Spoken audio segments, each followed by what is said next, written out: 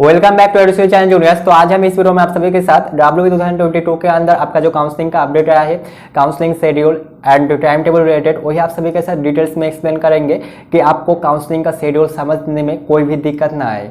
तो ऐसे ही करके और भी बहुत सारे वीडियो आपको मिल जाएगा मेरे चैनल पर। तो मेरे चैनल को सब्सक्राइब करना भूले, सब्सक्राइब करने के साथ साथ और नोटिफिकेशन बटन भी ऑन करके रखना कि आपको मेरे चैनल का सभी वीडियो मिल पाए। एंड अगर आपको मुझसे डायरेक्टली कॉन्टैक्ट करना है तो डिस्क्रिप्शन बॉक्स चेक कर, वहीं पर आपको सभी सोशल मीडिया का लिंक मिल जाएगा। तो चलो फिर आज का जो टॉपिक है उसको चलते। तो आप लोग स्क्रीन पर एक पेज देख पा रहे हो जहां पर आपको schedule of counselling for WB 2022 मिल जाएगा।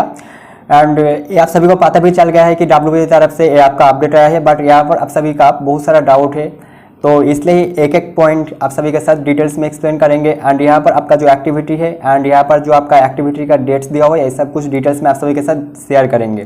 तो चलो फिर देखते हैं। तो देखो, एक नंबर के अंदर आपका आता है registration fee payment and then आपका चॉइस फिलिंग। तो यहाँ पर कोई प्रॉब्लम होने का बात नहीं। आपका जो registration fee payment and choice filling होगा वो आपका 26 अगस्त से लेकर 1 सितंबर तक चलेगा। तो यहाँ पर कोई दिक्कत होने का बात नहीं और प्रॉब्लम यहाँ पर होगा ऐसा कोई बात नहीं है। तो यहाँ पर आपका प्रॉब्लम हो सकता है कि चॉइस फिलिंग को लेकर। तो चॉइस फिलिंग का ऊपर मैंने ऑलरेडी वीडियो कर दिया है, डिस्क्रिप्शन बॉक्स में आपको लिंक मिल जाएगा। चॉइस फिलिंग कैसे करना होता है, चॉइस फिलिंग का प्रोसीड्योर कैसा है एंड चॉइस फिलिंग का ऑर्डर कैसा होना चाहिए, एक ओवरऑल मैंने कर दिया है। तो उसका ऊपर डिपेंड करके और उसको आप रेफरेंस जैसे मान सकते हो एंड देन आप अपना चॉइस फिलिंग कर सकते हो, बस इतना ही। देन आपका आता है choice filling and choice locking. तो आपका चॉइस फिलिंग जब हो जाता है तो choice filling and choice locking का जो डेट है आपका वो आपका 31 अगस्त से लेकर 1 सितंबर तक होगा। तो चॉइस लॉकिंग का ऑप्शन अभी आपको शो नहीं करेगा, चॉइस फिलिंग तक ही आपको अभी शो करेगा। तो इसको लेकर आप सभी का प्रॉब्लम भी हो सकता है कि आपको चॉइस लॉकिंग का ऑप्शन शो नहीं कर रहा है। तो इसको लेकर परेशान होने का बात नहीं, ये आप सभी के लिए अपडेट कर दिया जाएगा 31 अगस्त से लेकर 1 सितंबर तक। तो वो 2 दिन आप जो है चॉइस लॉक कर सकते हो। यहाँ पर और एक बात है, अगर आप चॉइस लॉक करना भूल जाते हो तो आपका जो लास्ट सेव चॉइस था, मतलब आपका जो लास्ट सेव चॉइस फील्ड था, वही आपका चॉइस लॉकिंग का अंदर चला जाएगा। तो इसको लेकर डरने का कोई बात नहीं है और परेशान होने का कोई बात नहीं है।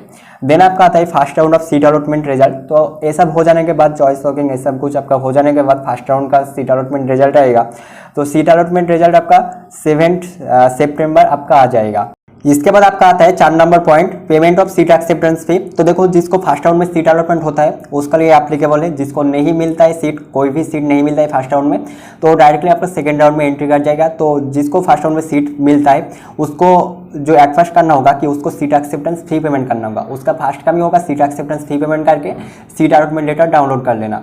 तो यही उसका फर्स्ट काम होगा। देन होगा कि उसको डॉक्यूमेंट वेरिफिकेशन करने के लिए जाना होगा एंड डॉक्यूमेंट वेरिफिकेशन करने के लिए वही कॉलेज पर जाना होगा जहां पर उसका सीट अलॉटेड हुआ है। तो इसको आपको ध्यान में रखना है, अलॉटेड कॉलेज पर ही आपको जो डॉक्यूमेंट वेरिफिकेशन करने के लिए जाना होगा। देन आपके पास 2 ऑप्शन रहेगा, एक रहेगा येस अपग्रेडेशन और एक रहेगा नो अपग्रेडेशन। तो येस अपग्रेडेशन कौन करेगा कि उसको समझो कोई एक कॉलेज मिला है और चॉइस मिला है, वो अगर वो सीट अपग्रेड करना चाहते हैं, उसको ऊपर का जो कॉलेज और चॉइस मिला है उसको ऊपर का कॉलेज को वो अगर ज़्यादा प्रीफर करते हैं तो उस सिंपल सा बात है कि वो आपका येस अपग्रेडेशन करेगा एंड डॉक्यूमेंट वेरिफिकेशन करने के साथ साथ उसको जो येस अपग्रेडेशन फॉर्मेट सबमिट करना होगा। तो येस अपग्रेडेशन जो आपका फॉर्मेट है वो आपको ऑफिशियल साइट पर मिल जाएगा, उसको आप लोग डाउनलोड करके फिलअप कर लेना एंड जब डॉक्यूमेंट वेरिफिकेशन करने के लिए जाओगे वहाँ पर आपको जो है सबमिट कर देना होगा, बस इतना ही। एंड यहाँ पर अगर आप डॉक्यूमेंट्स डिटेल्स देखते हो तो WBJ का ऑफिशियल साइट पर आपका जितने भी सारे डॉक्यूमेंट्स का लिस्ट दिया हुआ है ऑफिशियली वही सिर्फ लाएगा जो लोग आपका येस अपग्रेडेशन करेगा। एंड यहाँ पर आपको ज़्यादा कोई एक्स्ट्रा फीस पेमेंट नहीं करना होगा, तो इसको आपको ध्यान में रखना है। इसके बाद आपका आता है नो अपग्रेडेशन। तो समझो आपको कोई एक कॉलेज मिला है एंड आप वही कॉलेज पर वही ब्रांच पर पढ़ना चाहते हो, तो फिर जाकर आप क्या करोगे, नो अपग्रेडेशन कर दोगे एंड नो अपग्रेडेशन फॉर्मेट भी आपको ऑफिशियल साइट पर ही मिल जाएगा। तो जब आप डॉक्यूमेंट वेरिफिकेशन करने के लिए जाओगे तब आपको नो अपग्रेडेशन फॉर्मेट सबमिट करना होगा एंड आपको जो है फुल एडमिशन प्रोसीड्योर कंप्लीट करना होगा। यहाँ पर आपको कुछ एक्स्ट्रा डॉक्यूमेंट्स लगेगा, तो इसका ऊपर मैंने एक ओवरऑल वीडियो कर दिया है कि आपको क्या क्या डॉक्यूमेंट्स एक्स्ट्रा लग सकता है। तो उसका लिंक आपको डिस्क्रिप्शन बॉक्स में मिल जाएगा, वो वीडियो आप लोग चेक कर लेना, आपको उससे थोड़ा सा हेल्प हो जाएगा। देन आपका आता है कि एंड इसका जो डेट दिया हुआ है आपका वो आपका 7 सितंबर से लेकर 12 सितंबर तक आपका ये सब चलेगा। तो इसके अंदर ही आपको जो है सीट एक्सेप्टेंस फी पेमेंट, आपका document verification, yes upgradation, no upgradation सब कुछ करना होगा। एंड WBJ का काउंसलिंग रिलेटेड मैंने ऑलरेडी वीडियो कर दिया है, उसका लिंक भी आपको डिस्क्रिप्शन बॉक्स में मिल जाएगा, वो वीडियो भी आप लोग चेक कर लेना अगर आपको और भी डिटेल्स में जानना है। तो यहाँ पर सिर्फ आपका टाइम टेबल रिलेटेड अपडेट आया है, तो उसके साथ साथ कुछ इंपॉर्टेंट टॉपिक आप सभी के साथ डिटेल्स में एक्सप्लेन कर दे रहे हैं। कि आपको कोई और दिक्कत ना हो। देन आपका आता है 5 नंबर पॉइंट। तो देखो देन आपका आएगा second round of seat allotment result. तो देन आपका सेकेंड राउंड का सीट अलॉटमेंट रिजल्ट आ जाएगा। जो लोग आपका एलिजिबल है सेकेंड राउंड में डायरेक्टली एंट्री कर जाएगा, तो इसको लेकर परेशान होने का बात नहीं है। देन आपका आता है payment of seat acceptance fee. तो यहाँ पर डरने का कोई बात नहीं है। जो लोग आपका फर्स्ट राउंड में सीट एक्सेप्टेंस फी ऑलरेडी पेमेंट किया हो उसको नहीं लाएगा। जिसको फ्रेश करके सीट अलॉटमेंट हो रहा है सेकंड राउंड में, उसको जो है सीट एक्सेप्टेंस फी पेमेंट करना होगा and seat allotment letter download कर लेना है। जो लोग ऑलरेडी फर्स्ट राउंड में सीट एक्सेप्टेंस फी पेमेंट किया हो वो डायरेक्टली आपका सीट अलॉटमेंट लेटर डाउनलोड कर सकते हैं। एंड इसके बाद आपको और एक बात ध्यान में रखना है कि सेकंड राउंड में आपको येस एप्लीकेशन का कोई ऑप्शन नहीं मिलेगा। आप डॉक्यूमेंट वेरिफिकेशन करने के टाइम पर कोई भी येस एप्लीकेशन फॉर्म सबमिट नहीं कर सकते हो, मतलब आपको येस एप्लीकेशन का कोई ऑप्शन नहीं दिया जाएगा सेकंड राउंड में। यहाँ पर जो आप कर सकते हो कि एडमिशन ले सकते हो, अदरवाइज आप एडमिशन नहीं ले सकते हो। यहाँ पर भी कुछ क्राइटेरिया है मॉप अप राउंड में बैठने के लिए, तो चलो फिर देखते हैं थोड़ा सा। तो देखो जिसको फर्स्ट चॉइस मिलता है उसको जो एडमिशन ओबियसली लेना होगा, अदरवाइज उसका ओसी भी कैंसिल हो जाएगा एंड उसको जो है मॉप अप राउंड में भी पार्टिसिपेट करने नहीं दिया जाएगा। तो ये और एक बात है। इसके बाद आते हैं जिसको फ्रेश करके सेकेंड राउंड में सीट मिलता है उसको जो डॉक्यूमेंट वेरिफिकेशन करने के लिए जाना ही होगा। इसको आपको ध्यान में रखना है। अगर आप डॉक्यूमेंट वेरिफिकेशन नहीं करने के लिए नहीं जाते हो एंड अगर आपको फ्रेश करके सीट अलॉटमेंट होता है सेकेंड राउंड में, तो आपका वो सीट भी कैंसिल हो जाएगा एंड इसके साथ साथ आप फर्दर किसी भी राउंड में पार्टिसिपेट नहीं कर सकते हो। मतलब आपका जो mop up round optional round होगा उसमें आप पार्टिसिपेट नहीं कर सकते हो। तो यही सारे जो चीज़ आप सभी के साथ शेयर कर दिया सेकेंड राउंड रिलेटेड। अगर आपको और भी कुछ जानकारी चाहिए तो आप जरूर कमेंट बॉक्स पर बताना, आपके साथ वो भी शेयर कर देंगे। एंड इसके साथ साथ WBJ का जो काउंसलिंग का वीडियो किया है मैंने, वहाँ पर भी आपको ये सब कुछ मिल जाएगा। यहाँ पर और एक बात है, अगर आप सेकेंड राउंड का सीट बुक रखना चाहते हो तो आपको एडमिशन कंपलसरी लेना ही होगा।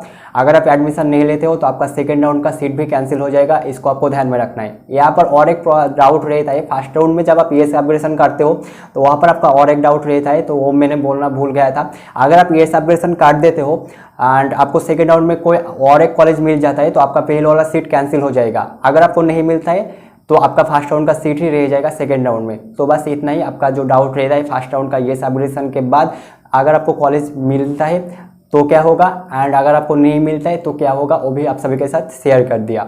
देन आपका आता है मॉप अप राउंड। तो चलो देखते हैं।